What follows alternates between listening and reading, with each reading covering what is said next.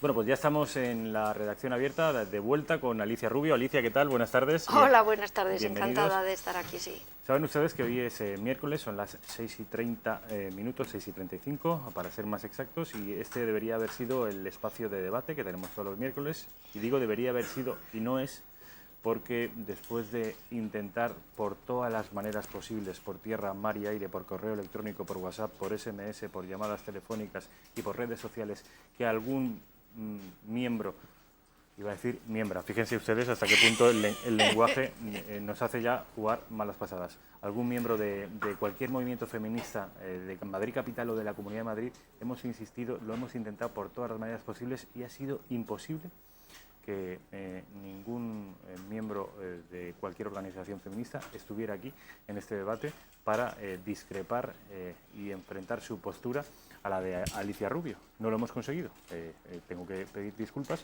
pero ha sido imposible.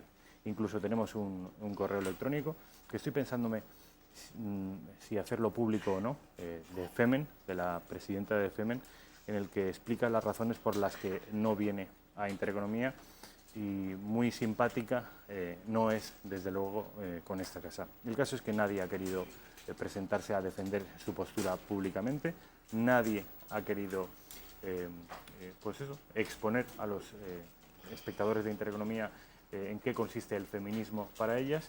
Sin embargo, sí que hemos tenido desde un primer momento a Alicia Rubio dispuesta y presta a acudir a Intereconomía Televisión, bueno, pues para explicar su punto de vista. Una vez hecha esta apreciación y estas disculpas que les debo, me gustaría, Alicia, que nos explicaras, vamos a ir, si te parece, de lo general a lo particular, porque tú de alguna manera te has dado a conocer, te has significado a raíz de un libro que publicaste hace cosa de un año más o menos, o un poquito más, un año y medio. Un poquito, sí.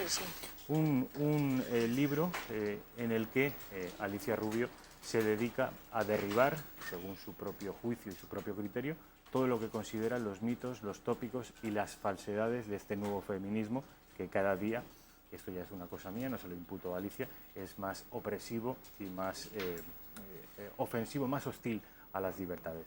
Alicia, este libro, ¿cómo lo titulaste? ¿Cómo se llama? Bueno, cuando nos prohibieron ser mujeres y os persiguieron por ser hombres. Y efectivamente desde que lo publiqué, bueno, desde que lo descubrieron, el acoso ha sido tremendo, la persecución implacable, y no dispongo de ningún centro público para hacer la presentación o para dar incluso charlas sobre ideología de género. Soy una ciudadana pues con derechos vulnerados, de segunda, no tengo libertad de expresión, no tengo libertad de opinión, soy difamada por todas partes para hacer de mí lo que se llama la muerte civil, es decir, una persona que tiene que presentarse como muy mala, luego se le aplica el famoso argumento ad hominem, en el que todo lo que yo diga, desde luego, va a ser pues, de una persona muy mala y no se me tiene que escuchar, y a partir de ahí, pues el silencio. Y no me van a callar, porque tengo mucho que contar. Alicia, tú antes de escribir este libro, habías escrito, te habías significado públicamente contra estos dogmas, o fue a partir del libro cuando...? Bueno, yo estaba Porque tú eres estudiando... profesora, ¿no? Yo soy Hay que profesora. aclarar a los espectadores que Alicia Rubio es profesora, y que llega un momento, hace un año y medio, cuando este libro rompe los esquemas a mucha gente, y es cuando, a partir de ese momento, cuando, tal y como denuncia Alicia, pues ella ve mermadas sus libertades cívicas y como ciudadana, como si no pagaras impuestos o no tuvieras los mismos derechos que cualquier otro español. Bueno, esto te está ocurriendo. Es que soy subhumana, soy los pecados estos de machista, homófoba, facha, y bueno, incluso racista, porque como va en el lote todo por aquello del enemigo único, pues soy de todo, entonces no tengo derechos. Pero vamos, es que yo yo daba clases de educación física y me encontré con la ideología de género en el deporte, que es absolutamente, o sea, si hay algo especialmente irracional es eso. Y entonces no entendía cómo mis compañeros podían creerse semejantes mamarrachadas y dar explicaciones de hechos biológicos, explicaciones de, pues eso, de roles sociales, de imposiciones. Era todo muy raro y empecé a estudiarlo. Luego me encontré con Educación para la Ciudadanía, me encontré con que era una forma de meter ideología de género a los menores, y me hice madre objetora, tuve muchos problemas, gané un contencioso administrativo a la Comunidad de Madrid, pero efectivamente, aparte de eso, no me había, digamos, manifestado públicamente, bueno, públicamente hasta ahí, Y entonces, cuando ya seguí investigando y encontré todo lo que encontré, decidí escribir el libro. Y escribí el libro. Y lo publiqué y alguien lo leyó, y a partir de ahí hay un montón de tontos útiles que se dedican a, pues, a perseguirme, creyendo que están luchando por la libertad, y lo que están haciéndole es el caldo gordo al establishment, que es lo triste. Porque toda esta gente lo que quiere ocultar es la cantidad de dinero público que se está invirtiendo en todas estas mentiras, estas mamarrachadas, y que además no es ya el dinero, que es muchísimo, sino el daño social que se está haciendo, la cantidad de dolor humano que hay detrás de todo esto. Dolor humano. Dolor humano. Tú eres una de las afectadas por ese dolor. Bueno, pero yo soy afectada, digamos, de rebote, por decirlo.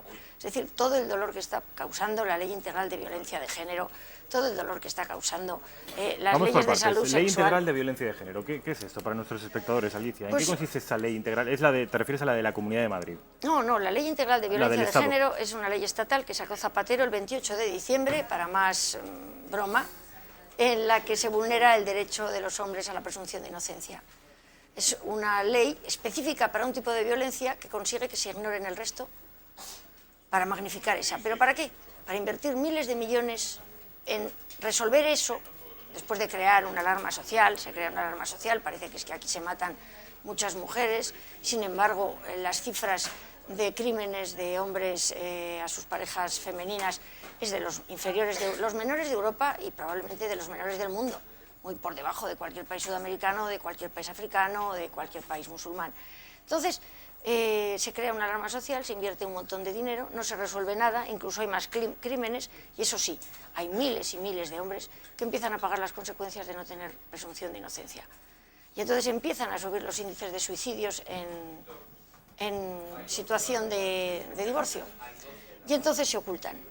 Y como hay que ocultarlo todo, se ocultan también todos los hombres que mueren a manos de sus mujeres, que hasta que se empezaron a ocultar las cifras era más o menos el 60-40. Porque las mujeres también matamos. Y las mujeres también mentimos. Y se niega que hay denuncias falsas cuando un altísimo porcentaje de las denuncias que se ponen son sobreseídas o el acusado sale inocente. Y esas no se dan por falsas porque legalmente solo son falsas cuando el juez dice que es falsa. Pero claro, una denuncia que no tiene ningún sustento, pues es una denuncia que al menos no es verdadera. Y son instrumentales para conseguir mejores condiciones en el divorcio, incluso la custodia de los niños, que en muchos casos ni siquiera es por los niños, sino porque supone el piso, quedarse con la vivienda familiar. Es todo un desastre, hay un dolor humano terrorífico, y aquí esto sigue. Incluso un ministro dijo que eso era un coste asumible, hasta que su señora le acusó de violencia de género. ¿A qué ministro te refieres? A López Aguilar. Es cierto, es cierto. Y eso que él no pasó la noche o el fin de semana, tuvo la suerte, por ser vos quien sois, no se pasó la noche o el fin de semana en el calabozo como muchos pobres hombres desgraciados pasan. Cuando dices que los hombres, en cuanto a ley de violencia de género, en cuanto a violencia de género se refiere, no tenemos presunción de inocencia, ¿a qué te refieres exactamente? Explica a los espectadores, porque aún hay mucha gente que no sabe lo aberrante que es esta ley. Y a ver si puedes poner, Alicia, un ejemplo concreto. Pongamos que, te lo voy a poner yo incluso, y tú me dices cómo acabaría desarrollándose. Hay una pareja en un piso, un hombre y una mujer, y no sabemos qué ha ocurrido ahí, pero la mujer levanta el teléfono, habla con la policía y dice que acaba de recibir un bofetón, una patada o ambas cosas por parte de su marido. A partir de ese momento, ¿cómo se suceden los acontecimientos? Pues inmediatamente se da carta de veracidad a lo que dice la señora, y van los policías a la vivienda. Los policías tienen que determinar si hay algún tipo de riesgo. Los policías naturalmente se exponen a que, aunque ven que el señor es inocente, si por una casualidad le da un acceso de locura y pasa algo, ellos no tienen el 100%, pueden tener el 99,999% de percepción de que eso es falso. Pero se lo llevan. Se lo llevan porque no tiene presunción de inocencia.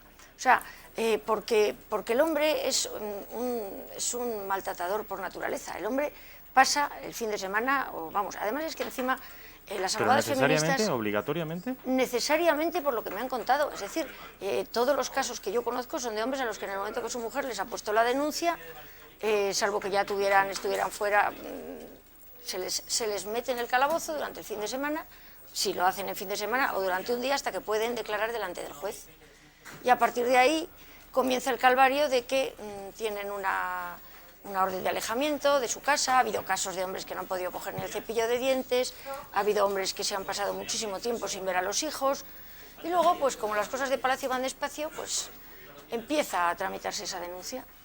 Es decir, la situación de indefensión es tremenda, porque hay casos incluso que han podido salir con bien, pues porque o estaban fuera cuando se ha hecho la denuncia de violencia de género, o tenían grabado todo, pero hay otras veces que es que el juez ni ha querido hacer caso a eso.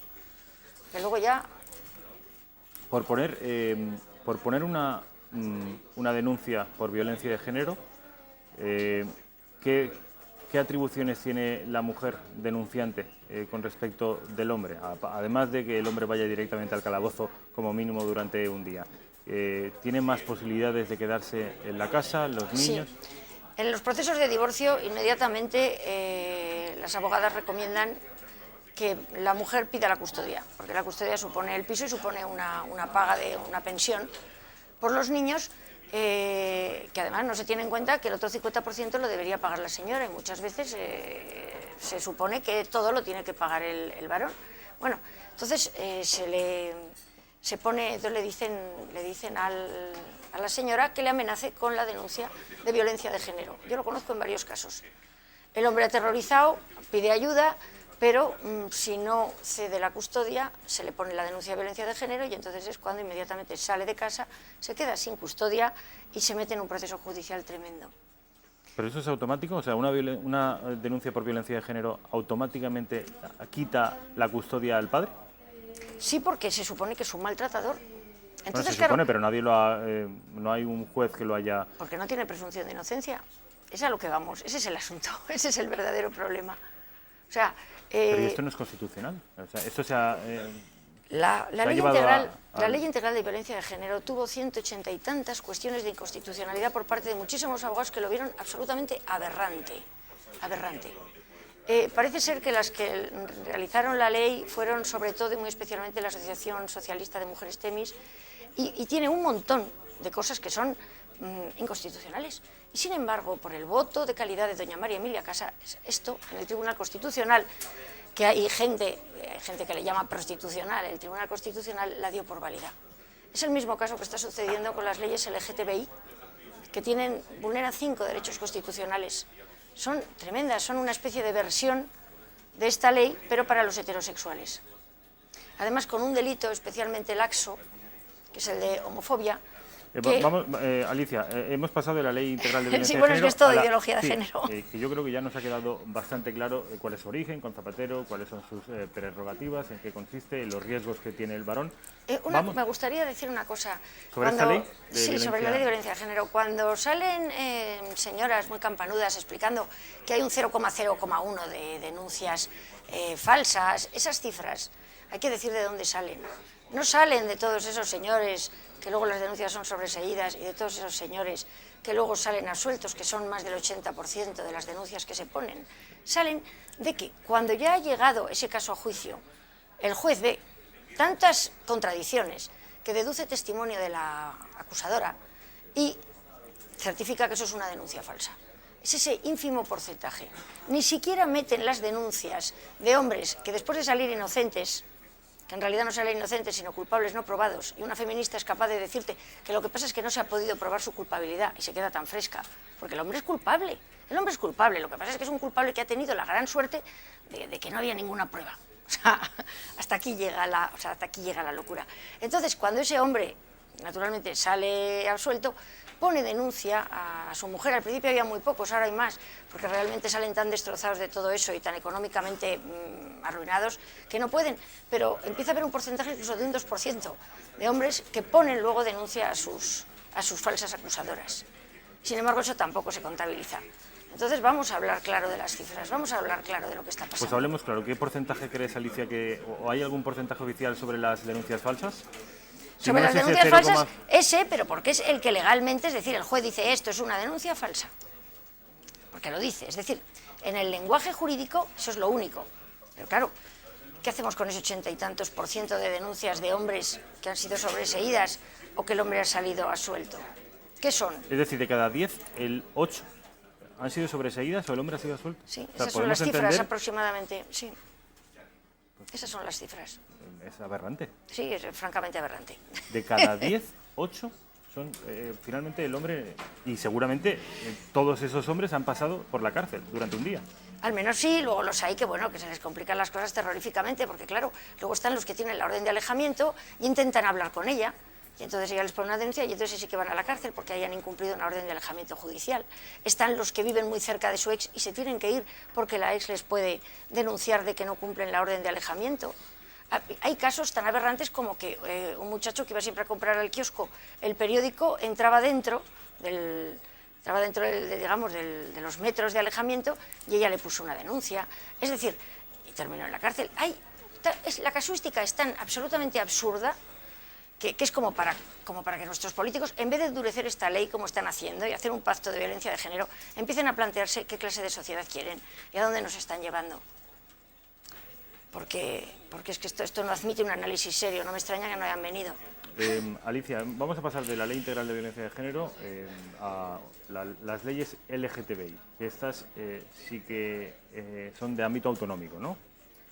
Sí, en Madrid bueno, tenemos ahora una. Sí. Bueno, casi todas las comunidades autónomas tienen ya su propia ley LGTBI. Sí, bueno, esto es un plan perfectamente orquestado, porque hay que decir una cosa, que tanto esta locura como la locura LGTBI al final en realidad es para invertir miles y miles de millones de euros fondos públicos en estas leyes que se supone que resuelven cosas que realmente no existen, o si existen es de forma mínima y que se resuelven además con las leyes ordinarias. A veces es que es imposible que entre miles de personas, no, entre millones y millones de personas que viven juntas, no haya crímenes, tanto del hombre a la mujer como de la mujer al hombre. Es decir, a todos nos gustaría vivir en una sociedad sin violencia, pero lo cierto es que lo mismo que los accidentes, no se puede tener el índice cero de accidentes y de muertes en la carretera, en estos casos tampoco. Entonces se invierte cantidad de dinero público en resolver cosas que son irresolubles, pero que ellos lo saben, pero les sirve para observatorios, puestos de concejales y concejalas de igualdad, cantidad de dinero público a un montón de lobbies feministas y lobbies LGTBI que viven de eso, es decir, carguitos. Pero alguien dirá que el objetivo final es muy honorable, que es acabar con la violencia que llaman de género. A ver, yo quiero acabar con toda la violencia, con toda, porque no me parece a mí que una señora mate a su marido sea mejor que un marido mate a la señora o una pareja. Pero alguien dirá que la señora que mata al marido se da infinitamente menos veces que al revés. Aproximadamente, hasta que empezaron a darse unas cifras extrañísimas, era un 40-60. Existen muchos hombres muertos a manos de sus mujeres y no se refleja en ningún lado. En los periódicos locales, el Consejo General del Poder Judicial se hizo cargo de esas cifras y desde que se hizo cargo pasamos de una media de 45 hombres muertos a manos de sus mujeres, 40, 45, pasamos a 9, 10. Entonces resulta que aquí hay una cosa extraordinaria, y es que las mujeres hemos dejado desde el año 2010 apenas matamos hombres, nos hemos vuelto buenas sin que inviertan dinero público en eso. Entonces, es maravilloso, ¿no? Alguien podría pensar que estamos asistiendo a una conspiración. Estamos asistiendo a una falsedad progresiva, deliberada, continuada. ¿Con qué fin? Con el fin de derivar fondos públicos para todos los que están viviendo de esto y todos los lobbies de género. Y ahí está el problema de mi libro, que señala que los partidos políticos están en esto, que señala que los sindicatos están en esto. A ver, es que esto es un negocio de incalculables proporciones. O sea, que el dinero está al final de... por cierto, los medios también están en esto. Los medios firman decálogos para que luego les den dinero público para presentar la violencia de género y la homosexualidad de una forma determinada. Se reciben subvenciones y dinero público para eso. Y claro, eso no se puede decir. Alicia, vamos a pasar de la Ley Integral de Violencia de Género a las leyes LGTBI. Estamos dando un salto grande. ¿Por qué ves que son asuntos que puedan ser, que tengan relación? Una cosa son los hombres que presuntamente agreden a las mujeres y ahora estamos hablando de colectivos de gays, lesbianas, transexuales, bisexuales. ¿Dónde está la relación entre una cosa y otra? Que son agredidos por los heterosexuales. Las leyes de igualdad LGTBI, a ver, todo esto es ideología de género. En el libro explico cómo está todo hilado y todo, es decir, y tiene muchísimo que ver. O sea, son unos lobbies de género que se basan en un victimismo que pudo haberlo, pero que ahora no lo hay, pero que ahora se ha convertido en un negocio y hay que seguir moviendo ese victimismo. Yo no digo que no hubiera homosexuales que hace 50 años tuvieran sus derechos vulnerados, ni mujeres que hace 50 años tuvieran sus derechos vulnerados y se nos tratara como menores de edad. El problema es que ahora tenemos unas leyes en las que todos somos iguales y en las que todos, en caso de que se suceda algún tipo de irregularidad o de vulneración de nuestra igualdad, las leyes ordinarias podrían hacerse cargo. ¿Cuál es el problema? Que eso no da dinero. No da dinero, el victimismo da dinero. El continuar moviendo y pidiendo dinero público para erradicar esos micromachismos horribles que a las mujeres nos oprimen. Pero que es que el problema es que es todo mentira y que nos está costando muchísimo dinero y que está viviendo mucha gente de esto. Y como yo cuento esto, no me dejan hablar. Y ese es el final del asunto. Háblanos, yo sí que te dejo hablar, Alicia. Claro, ya. Leyes LGTBI, ¿en qué consiste esta nueva oleada de leyes autonómicas con carácter autonómico? Estas leyes LGTBI han venido mediante un plan perfectamente orquestado en las de comunidades... protección LGTBI, según Sí, las venden. bueno, de igualdad, son de igualdad LGTBI porque se supone que estas personas están tremendamente discriminadas. Es lo mismo que las mujeres, estamos tremendamente discriminadas. Yo vivo en otro mundo, no lo sé. Y bueno, y los homosexuales, digamos, con sentido común, con los que yo hablo, también opinan que, bueno, que esto es otra cosa. Estas leyes han salido de una manera perfectamente orquestada. Cada ley que salía añadía una pequeña vulneración más de derechos fundamentales en la comunidad autónoma siguiente. La ley Cifuentes es una de las casi la culminación. Ahora solo falta la ley nacional para que este entramado sea imposible de mover. Hay leyes de igualdad LGTBI en cada uno de los barrios, de los distritos de la Comunidad de Madrid. Los hay en las provincias, los hay en las comunidades autónomas. O sea, es un entramado. Y ahora viene la ley nacional. Problemas de estas leyes son profundamente, es decir, se supone que es para una cosa que todos naturalmente suscribiríamos, como todas las leyes de género. Todos queremos que la mujer sea igual que el hombre, todos queremos que la mujer sea libre, todos queremos que las personas homosexuales sean tratadas igual, etcétera, etcétera. Pero el problema es que es otra cosa. Aquí se vulnera el derecho a la igualdad, porque hay un colectivo privilegiadísimo, que son las personas que se declaren LGTBI, lo cual hará que lo mismo que las denuncias empiece a haber personas que no lo sean, pero vean ventajas y se declaren así, en las que hay un montón de fondos públicos, de ayudas, digamos, de condiciones para los trabajos, de todo para ese tipo de personas. Incluso se nos va a dar a todos los funcionarios unos cursillos para tratar a las personas LGTBI, que eso a mí me parece tan irracional como cosas del feminismo. Es decir, vamos a ver, las personas LGTBI son personas normales, no necesitan un trato especial. A mí me han vendido, son personas normales y yo sí lo creo. O sea, pero sin embargo hay un trato especial, tenemos que hacer cursillos. Esos cursillos se los vamos a pagar a las asociaciones que los den, que naturalmente ya se pueden imaginar cuáles son. Vulnera ese derecho a la presunción de inocencia, vulnera el derecho de los padres a educar a los hijos en sus valores y convicciones, porque se va a dar digamos, materias, asignaturas, informaciones sobre el LGTBI, la homosexualidad, de una vista de una manera positiva, etcétera, etcétera, que hay personas que no tienen por qué querer que a sus hijos les cuenten esas cosas desde los 3 años. Se vulnera el derecho a la presunción de inocencia. En el caso de la ley Cifuentes hay algo tan extraordinario como un artículo que se titula Inversión de la carga de la prueba. Es decir, que si a ti te acusan de homofobia, tú tienes que demostrar que eres inocente. Y tiene la caradura de titularlo así. O sea, luego además se vulnera también, digamos, la seguridad jurídica. Pero esto es ilegal. El sistema judicial occidental desde hace varios siglos, 2 como mínimo, desde la Ilustración o la Revolución Francesa, el acusador tiene que demostrar la culpabilidad del acusado, no el acusado defenderse. Y bueno, pues ahí está, inversión de la carga de la prueba, se titula. Explica que cuando hay unas pruebas claras, pues que tiene el otro que... O sea, es decir, ya lo ponen de manera que se invierte la carga de la prueba y que es el acusado el que tiene que demostrar que es inocente. Pero Alicia, a mí me llama la atención, porque yo te decía, y incluso tú estabas advirtiéndonos de que esto está perfectamente orquestado, es una red tupida de intereses, que tiene una intención muy clara, y el fin último, hablas que es un fin económico, material, sí, crematístico.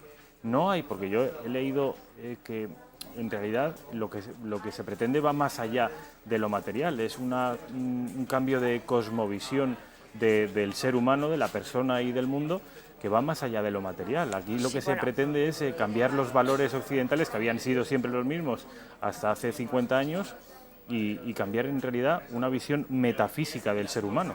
No solo es material el objetivo, no solo es para ganar dinero según las asociaciones. ¿Tú también lo crees así? ¿Crees que hay una vocación de moldear al ser humano de una manera muy diferente a lo que había sido hasta ahora? Sí, pero con unos objetivos claros. Es que, a ver, por eso mi libro es tan problemático, porque explica cosas que uno las percibe o las siente, pero no las sabe explicar, y en el libro vienen explicadas.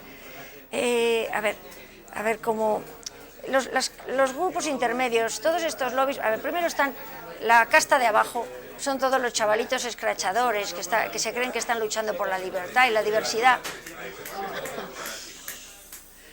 Los chavalitos escrachadores. Sí, todos estos críos a los que les han vendido una visión completamente sesgada de las cosas y en realidad no se dan cuenta de dos cosas. La primera, que la única libertad que se les ofrece es la sexual y la única diversidad que se les ofrece es la sexual. El resto, nada. Y luego la segunda cosa, que creen que están luchando contra el establishment y en realidad lo que están es haciendo de mamporreros del establishment. Porque lo que el establishment quiere es que ellos callen a la disidencia, como por ejemplo yo, para seguir recibiendo, es decir, para seguir recibiendo fondos públicos. Vamos a la casta intermedia. La casta intermedia se mueve por dinero. Son todos estos lobbies políticos o sindicatos los que están metidos en el ajo. Que todos estos es una cosa económica, es decir, es un dinero público que están utilizando, que al final acaba en sus bolsillos, en los que una pequeña parte llega a esos problemas que no quieren resolver, porque esta es la gallina de los huevos de oro, llega ahí y que realmente, o sea, el móvil es económico. Tienen unos entramados tremendos, el dinero público además se invierte con mucha alegría porque es para un fin muy bueno. ¿Quién no va a querer que, claro, oye, que las personas homosexuales no les peguen o no les maten? En fin, todo eso es la venta, pero el objetivo último es todo el dinero público, pero millonadas que se invierte en esto. Y luego falta la cúpula, la élite. ¿De dónde viene esto? Esto viene de la ONU. Uno descubre al final que todas estas políticas de género, los derechos de las personas LGTBI, las leyes de salud sexual y reproductiva, las preocupaciones contra el maltrato de la mujer, etcétera, etcétera, que hay países en los que puede que tengan un sentido, en esos países no se toca nada porque invierten mucho dinero en la ONU y sin embargo en los países occidentales donde eso está prácticamente resuelto se están generando nuevos y enormes problemas aplicando esto. ¿Y quién son? ¿De dónde sale eso? De las cumbres poblacionales de la ONU. Si uno se da cuenta, absolutamente todas las políticas de género son reducción poblacional, todas. Aquí estamos ya acercándonos a la clave última. Reducción poblacional. Reducción poblacional, claro, claro que se tiene que cambiar, la mentalidad de los seres humanos, se tiene que cambiar la mentalidad de supervivencia en la descendencia, en fin, el orgullo de ser padre y madre, el orgullo de pensar en algún tipo de trascendencia. Tiene que volverse todo tan material que las cosas que te ofrecen, que al fin y al cabo es el hedonismo sexual, te sea suficiente, y egoísmo. Y entonces tú mismo termines, digamos, autoeliminándote. Es decir, de ahí también, por eso la ideología de género también tiene mucho que ver con todos estos antinatalistas, todo el animalismo. Saben que la gente se empieza a encontrar sola, porque al final...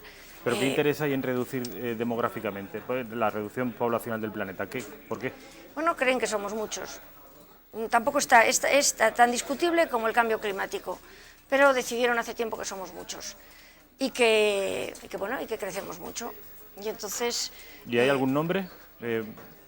George Soros se habla muchas veces. Sí, bueno, hay gente... Yo la parte de arriba estoy mirando, pero da lo mismo los nombres. Lo que realmente interesa es que la gente sepamos lo que están buscando y nos aclaremos bien. Y veamos que efectivamente lo que se busca es esa reducción poblacional, ese cambio de la percepción de lo que ha sido, digamos, el pensamiento occidental, el pensamiento judeocristiano unido con el pensamiento grecorromano, eso que es la base de Occidente y que es lo que nos ha llevado a la civilización más extraordinariamente desarrollada que ha habido, tanto en derechos como en las propias comodidades, en todo, precisamente cambiar eso porque... Pues esto están haciendo, Alicia, precisamente de las tripas de la sociedad occidental y tan desarrollada. Esto no es algo que nos estén colonizando culturalmente una sociedad ajena o tercera, esto brota de nuestra propia esencia. No, viene desde arriba... Pero desde arriba también desde Occidente, es decir, esto no es una civilización ajena.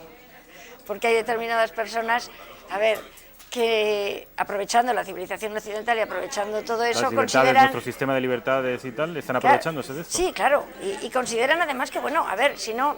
A ver, si aquí lo que se busca es la reducción poblacional y que la gente efectivamente se extinga mediante este tipo de engaños. O sea, y entonces para conseguir eso necesitan cambiar esa percepción. Hay personas, por ejemplo, yo he oído todo tipo de teorías, hay personas que esto lo consideran un plan maquiavélico o un plan demoníaco. De cualquier manera, todos coincidimos en que efectivamente es una reducción, si no medio extinción de la raza humana.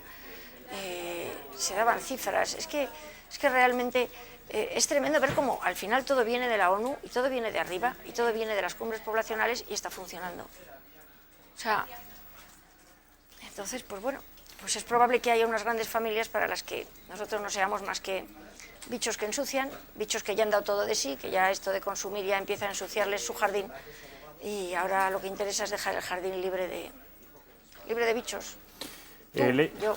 Leyes LGTBI. Para los espectadores que no estén muy al día de lo que significa esto, esta ley Cifuentes de la que hablabas tú, que podría suponer la culmen, la cima de las leyes LGTBI que se han ido forjando hasta ahora, cuéntanos alguna anécdota que dé un poco la medida de cuán grave puede ser la merma de libertades de este tipo de leyes.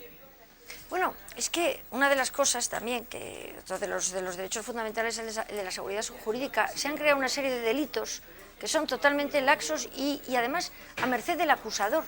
Los delitos de homofobia no tienen una tipificación. De hecho, precisamente, una de las cuestiones de constitucionalidad que se presentó contra la ley de violencia de género era que ¿qué era un maltrato leve? ¿Hasta dónde llegaba el maltrato leve? Es decir, aquí o se tipifican los delitos y se distingue entre delito y falta, o aquí estamos todos en una indefensión jurídica que efectivamente en este momento a una persona la acusan de homofobia, pues, es el caso del autobús de Azteoir. Decir que los niños tienen pene era una homofobia y una transfobia y ofendía a todos los transexuales del mundo y a 3 más. Pero además los que lo decían no eran los transexuales, sino los interesados en que hubiera ahí un delito. O sea, es que los delitos son decir cosas, hablar de biología resulta que es un delito de homofobia o de machismo, es decir, la indefensión es absoluta. Luego además se crea una casta privilegiada de tal manera que, por ejemplo, yo tengo una bronca en un aparcamiento con un señor y entonces ese señor me acusa de homofobia porque él es homosexual y soy yo la que tengo que demostrar que no he tenido la bronca con él y no me he pegado con él porque fuera homosexual, sino porque me quita el aparcamiento. O sea, al final a lo que vamos, empiezan a darse casos en las aulas en las que hay chavales que se autocalifican homosexuales, hacen lo que les da la realísima gana y los profesores no saben ni pueden pararlos porque tienen miedo a ser tachados de homófobos. Es decir, el problema de crear una casta privilegiada a expensas, es claro, una discriminación positiva que discrimina negativamente a los demás, es que se van a empezar a dar brutales casos de injusticia y que van a dar, y ahora es a lo que yo voy, van a acabar dando homofobia de la de verdad, porque las personas que se vean perjudicadas por esta vulneración de sus derechos por culpa de una persona homosexual, van a acabar odiando, es decir, no van a distinguir la parte y el todo y la persona individual del colectivo, van a acabar teniendo verdadera homofobia, de la de verdad. ¿Ves alguna? Perdóname, como pasa con muchos hombres que empiezan a tener misoginia, que piensan que las mujeres somos todas unas tal y unas cual y llevan razón en parte con las que lo están demostrando que lo son. Es decir, ¿y qué pasa? Que como se va a generar eso, ¿qué van a pedir? Más dinero público para resolver eso. Señores, esto hay que frenarlo. Alicia, ¿ves algún tipo de reacción en esos colectivos presuntamente damnificados entre los homosexuales y las mujeres que se están... Una reacción, que alguien se esté rebelando contra toda esta oleada feminista LGTBI. ¿Ves a homosexuales rebelándose contra esto? ¿Ves a mujeres que cada vez toman más conciencia de que están siendo manipuladas? Vamos a ver, mujeres que estamos siendo manipuladas hay muchísimas. No tenemos voz, no estamos organizadas. Pero vamos, en las redes encuentras tropecientas mil. Las únicas que dicen todo eso son las que se han atiborrado de los mantras feministas y de los libros feministas, que los hay a cientos, a cual peor y más irracional, y las que están viviendo de esto, que son las que las dirigen. El resto de las mujeres vemos que que no nos representan, que sus parámetros y sus filias y fobias no tienen nada que ver con nosotros. De hecho, las mujeres no queremos una guerra con los hombres. Las mujeres normales tenemos hermanos, padres, hijos, maridos, a los que queremos mucho y son unos hombres extraordinarios. Y ese odio al hombre no lo compartimos. O sea, y luego también hay un feminismo disidente. Es decir, está Camille Paglia, está La Framboise, está Cathy Roy, hay un montón de mujeres que están empezando a escribir contra esto, Cristina Haushomer. O sea, que sí que hay reacciones incluso intelectuales. Sí, hay un feminismo disidente, incluso muchas de ellas son lesbianas. Y luego hay una homosexualidad, unos homosexuales disidentes que no se sienten representados sobre ese lobby, por ejemplo, pueden ser Dolce & Gabbana, que han dicho que por favor que ellos, que no tienen nada que ver, y personas homosexuales. A nivel personal, como nos pasa a las mujeres, también muchas.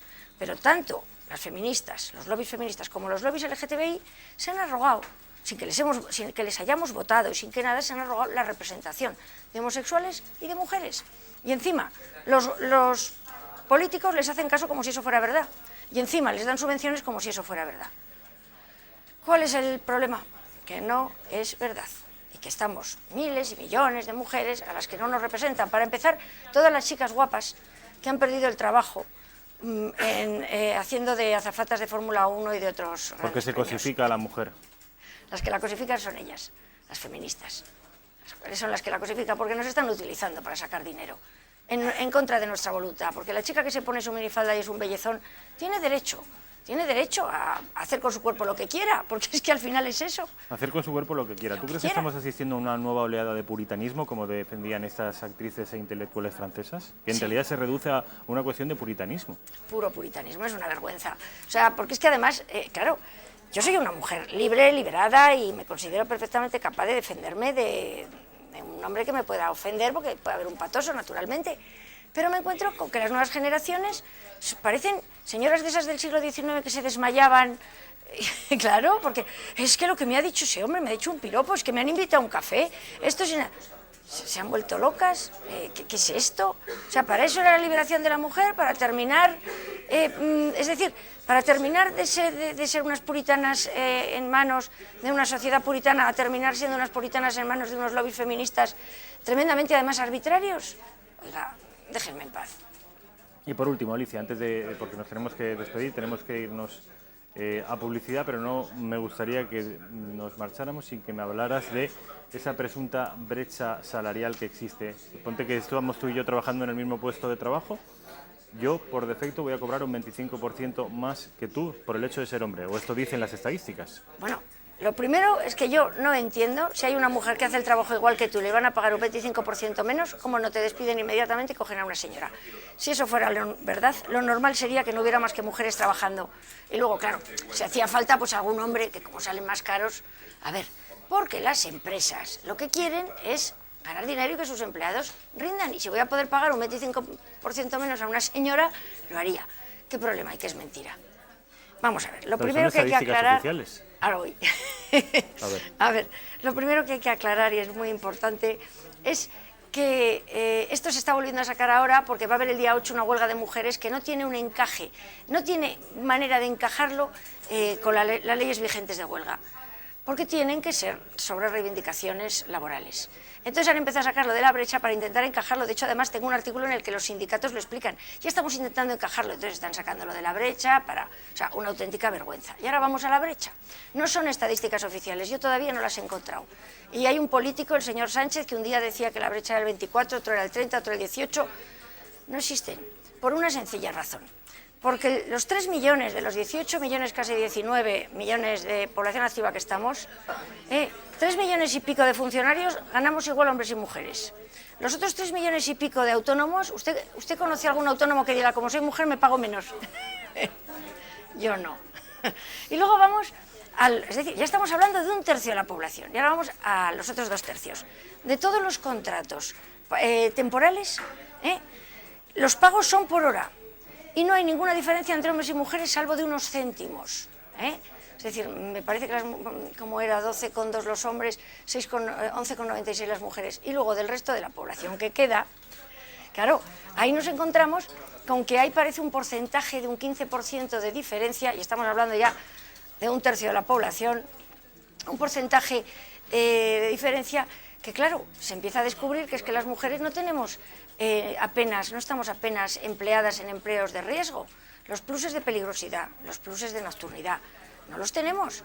Y estas estadísticas, como se hacen con esa intención, se multiplica, se divide, tanto las señoras, tanto los señores. Claro, aquí saldrá de todo. ¿Pero por qué? Porque son estadísticas falseadas. Claro, o sea, que es que ese es el verdadero problema de todo esto. Y lo que es más asombroso, que yo llevo años recopilando noticias en las que dicen hasta 2080 no se va a poder erradicar la brecha salarial. Y tú dices, la gente tiene una bola mágica, pueden ver hasta 2080, yo no sé si va a haber, no sé, yo qué sé, no sé nada del 2080, pero las feministas saben que la brecha salarial en 2080 concretamente es cuando se va. A ver, nos están tomando el pelo porque los objetivos son otros. En este caso, justificar esa huelga injustificable y luego, además, justificar todo el dinero público que se va a utilizar en esa ley contra la brecha salarial que quieren sacar, que ya están todos diciendo, vamos a poner aquí observadores, vamos a colocar amiguetes, vamos a sacar concejalías de brecha salarial. Señores, por eso me callan. Ya han escuchado ustedes a Alicia en Rubio, no me podrán decir ustedes que no es una mujer valiente, con todo el sistema de coacción, de corrección política que opera en nuestros días. Atreverse a decir esto, y además públicamente, en televisión, en directo, entraña ciertos riesgos, y además nos lo ha explicado Alicia. Esto trae consecuencias. Yo quería darte la voz, Alicia, y sabes que esto en principio era un debate con dos posturas, solo has tenido a bien acompañarnos tú. Bueno, pues haya estos grupos feministas que no han querido acudir aquí. Yo te agradezco muy personalmente que hayas venido, que hayas dicho todo lo que dices, porque independientemente de que uno esté de acuerdo o no, hay que reconocer que Alicia Rubio es muy valiente y se atreve a discrepar de los sistemas de corrección política imperantes.